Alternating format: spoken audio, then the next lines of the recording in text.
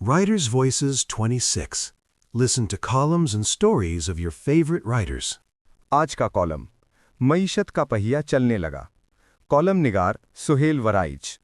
इस्तेहकाम और तवील सुकूत के बाद पीआईए की पाकिस्तानी सनतकारों को नीलामी और पीएसएल की दो टीमों की 3 अरब 60 करोड़ में बैरून मुल्क आबाद पाकिस्तानियों की खरीदारी क्या इस बात की अलामत है कि माशी पहिया चलने लगा है?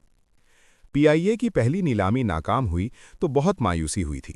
इंतहाई आला सतह पर परेशानी ये थी कि अब जब के पाकिस्तानियों ने इसे नहीं खरीदा तो नतीजतन अब इसे बैरून मुल्क की कंपनियों को इसे बेचना पड़ेगा, फिर इसका मुनाफा भी बैरून मुल्क जाएगा और पाकिस्तान का ब्रांड भी हाथ से जाता रहेगा। इस तशवीश और मायूसी में पाकिस्तानी सनतकारों तक ये पैगाम पहुंचाया गया कि सब पाकिस्तानी इसी मुल्क की नेमतों और बरकतों से मुस्तफ़ीद होते हैं। मुनाफा बख्श बैंक और सीमेंट फैक्ट्रियां खरीदने में तो सब पेश थे, मुल्क को ज़रूरत पड़ी है तो कोई आगे आने को तैयार नहीं। हुकूमत ने भी एक माशी टॉप गन से दरखास्त की कि आप इस नीलामी में हिस्सा लें, मगर नफ़ा और नुकसान को देखने वाला कोई आगे ना आया। इस पर भरी महफिल में एक सियासी रहनुमा ने शदीद गिला भी किया, मगर उधर से मायूसी ही हुई। ताहम सनतकारों के एक ग्रुप ने पेशकश की कि वो इसे बैरूनी पार्टी को नहीं देने देंगे। चुनाचे सबसे पहले वो तैयार हुए तो उनके मद्दे मुकाबिल और भी आ गए। एक मरहला ऐसा भी आया कि एक तरफ आईपीपी के मालिक थे तो दूसरी तरफ आईपीपीज़ के खिलाफ मुहिम चलाने वाले। जब खरीदारी के दावेदार कई आ गए तो पहले ग्रुप ने पेशकश की कि अब तो खरीदार हैं, आप बाकियों को दे दें, मगर आखिरी सुबह उनके जज्बे वतन को जगाया गया तो नीलामी कामयाब हो गई।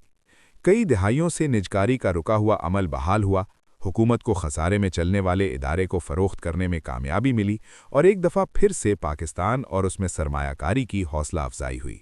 सुना है आजकल इस हवाले से इस अमल को तकमील की तरफ ले जाया जा रहा है।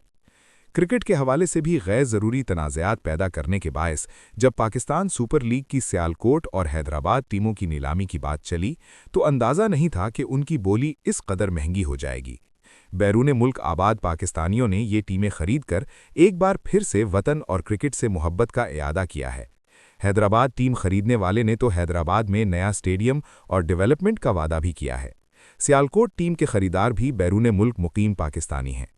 ये दो खबरें खुशाइंद हैं। पाकिस्तान का मसला यही है कि कर्जों की अदायगी के लिए हर साल अरबों डॉलर दरकार हैं और बैरून मुल्क से 50 अरब डॉलर से 100 अरब डॉलर की जो तवक्को लगाई गई थी वो पूरी नहीं हुई। नजरसानी शुदा फैसलों में यह भी अंदाज़ा किया गया कि फॉरेन डायरेक्ट इन्वेस्टमेंट से मुल्क में इंफ्रास्ट्रक्चर तो आ जाता है मगर मुनाफा बैरून मुल्क चला जाता है और वो मुल्क की मईशत में ना दोबारा लगता है ना ज़ेरे गर्दिश आता है।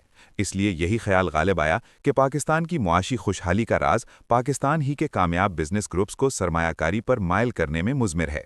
इस हवाले से ये सोच भी सामने आई कि गैर मुल्की सरमायाकार भी पाकिस्तान में सरमायाकारी तब करेंगे जब पाकिस्तानी सनतकार खुद या बैरून मुल्क पार्टीज़ के ज़रिए सरमायाकारी पर तैयार होंगे।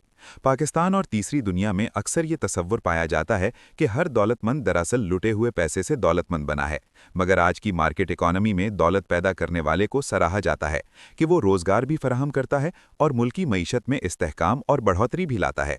पाकिस्तान स्टॉक एक्सचेंज के आदादोशुमार के मुताबिक फौजी ग्रुप सबसे टॉप पर रहा है, मगर इस ग्रुप में 60 से 70% अवाम के हिस्से भी हैं। आदादोशुमार में दूसरे नंबर पर सर अनवर परवेज़ का बेस्ट वे ग्रुप है। मुल्क भर में दूसरे नंबर पर स्टॉक में रहने के बावजूद इस ग्रुप के 80% शेयर्स खुद सर अनवर परवेज़ के हैं। इन्होंने सिर्फ 20% शेयर्स मार्केट में बेचे हैं। गोया बरतानिया से पैसा कमाने वाले और वहां से सर का खिताब पाने वाले सर अनवर परवेज़ इस वक्त पाकिस्तान के टॉप बिजनेसमैन हैं। इनकी मिल्कियत में यूनाइटेड बैंक और बेस्ट वे सीमेंट हैं। यूनाइटेड बैंक के पास 3,797 मिलियन डॉलर का सरमाया मौजूद है और Bestway Cement 1,117 million dollar सरमाया रखता है। दोनों के सरमाए या कैपिटल को मिलाया जाए तो वो पाकिस्तान स्टॉक एक्सचेंज के सबसे बड़े सरमायाकार हैं। अफसोस ये है कि इन्हें हुकूमत बरतानिया ने इन्हें सर और इनके भतीजे चौधरी ज़मीर हुसैन को लॉर्ड का खिताब दिया है।